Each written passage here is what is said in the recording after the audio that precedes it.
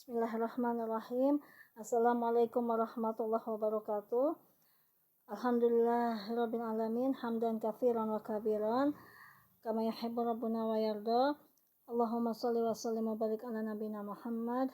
Allahumma 'allimna ma yanfa'una wanfa'na bima 'allamtana wa zidna ilman.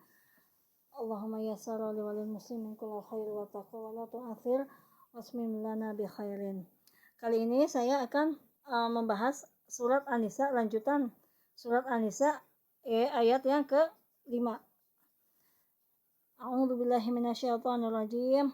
Wala tu'tus sufaha'a amwalakumul lati ja'alallahu lakum fi qiyaman warzuquhum fiha waksuhum wa qulu lahum qawlan ma'rufa. Dan janganlah kamu serahkan kepada orang-orang yang belum sempurna akalnya, yaitu yang belum akil balik dan orang dewasa yang belum mampu mengatur hartanya. Harta mereka yang ada dalam kekuasaanmu, yang dijadikan Allah sebagai pokok kehidupan untuk sehari-hari, kebutuhan sehari-hari gitu ya. Berilah mereka belanja dan pakaian dari hasil harta itu, dan ucapkanlah kepada mereka kata-kata yang baik. Jadi Allah memberikan memberikan perintah kepada orang yang mengurus anak-anak yatim ini agar memanage harta mereka sampai mereka akil balik dan mengatur, memberikan uang kepada mereka secara bertahap untuk kehidupannya sehari-hari gitu ya. Dan tidak diberikan dulu sampai mereka itu bisa memanage dirinya dan hartanya.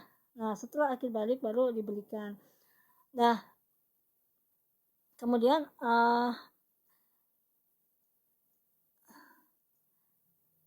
berilah mereka belanja pakaian sehari-hari dari hasil harta itu. Ya, maksudnya diberikan dari harta itu tidak langsung brok semuanya gitu, istilahnya bertahap gitu loh. Hanya untuk kebutuhan mereka belanja pakaian, makanan atau apa itu dikasih. Tidak dia ngatur sendiri, biarnya diatur, diberikan hak untuk mengatur yang yang merawat anak-anak yatim ini. Dan Allah menyuruh agar berkata kepada anak-anak yatim ini dengan menggunakan kata-kata yang baik ya. Ini dalam mungkin mengajarkan adab atau mengajari mereka cara bertutur kata yang baik, seperti itu. Itu mudah dipahami ya. Dan ini masih ada kaitannya dengan 4 ayat sebelumnya ya.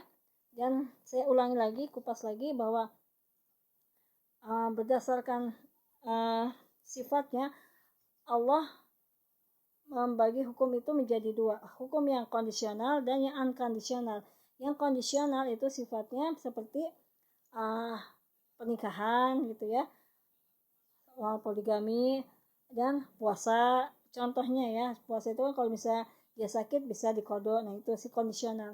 Sedangkan yang unconditional adalah sifat yang wajib mutlak harus dikerjakan, tidak bisa ditinggalkan, seperti sholat dan tauhid. Nah itu ada di perintah ayat yang pertama, yaitu bertakwa kepada Allah, yaitu mentauhidkannya, dan dengan melihat, kita suruh mikir ya, merenung dengan melihat penciptaan diri kita, dan dengan melihat Allah membanyakkan manusia dengan memperbanyak mereka gitu ya. Nah di sini secara tersirat Allah seperti menganjurkan kita untuk menikah, berkembang biak gitu loh. Jadi tersirat itu tidak dinyatakan menikahlah kamu, itu beda, itu namanya tersurat. Tapi ini tersirat, tidak dinyatakan secara langsung. Nah kemudian perintah bertakwa untuk menggunakan nama Allah saat meminta kepada sesama hamba Allah, kepada sesama manusia. Itu etika kepada Allah, adab kepada Allah dan kepada manusia. Sehingga tetap kita kita tidak merendahkan diri seperti kita meminta kepada Allah. Jadi beda gitu ya. Tetap meminta dengan adabnya, yaitu dengan tauhidnya tetap terjaga. Kemudian bertakwa, kemudian dalam menjaga silaturahim, yaitu ayat yang pertama. Sedangkan ayat yang kedua itu dengan bertakwa kepada Allah dengan tidak memakan memakan harta anak yatim bersama harta sang pengurusnya, itu tidak dibolehkan. dan tidak boleh menukar harta yang baik dengan harta yang buruk. Nah, menukar harta yang baik dan harta yang buruk ini banyak hikmah yang kita petik. Salah satunya adalah bahwa sifat Allah itu maha baik.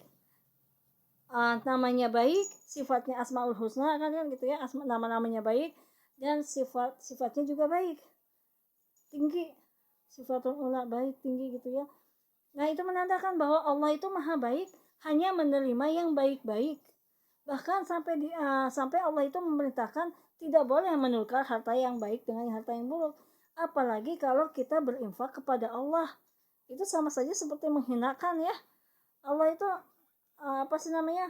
kita tidak boleh berinfak dari harta mencuri, merampok, korupsi, itu nggak boleh.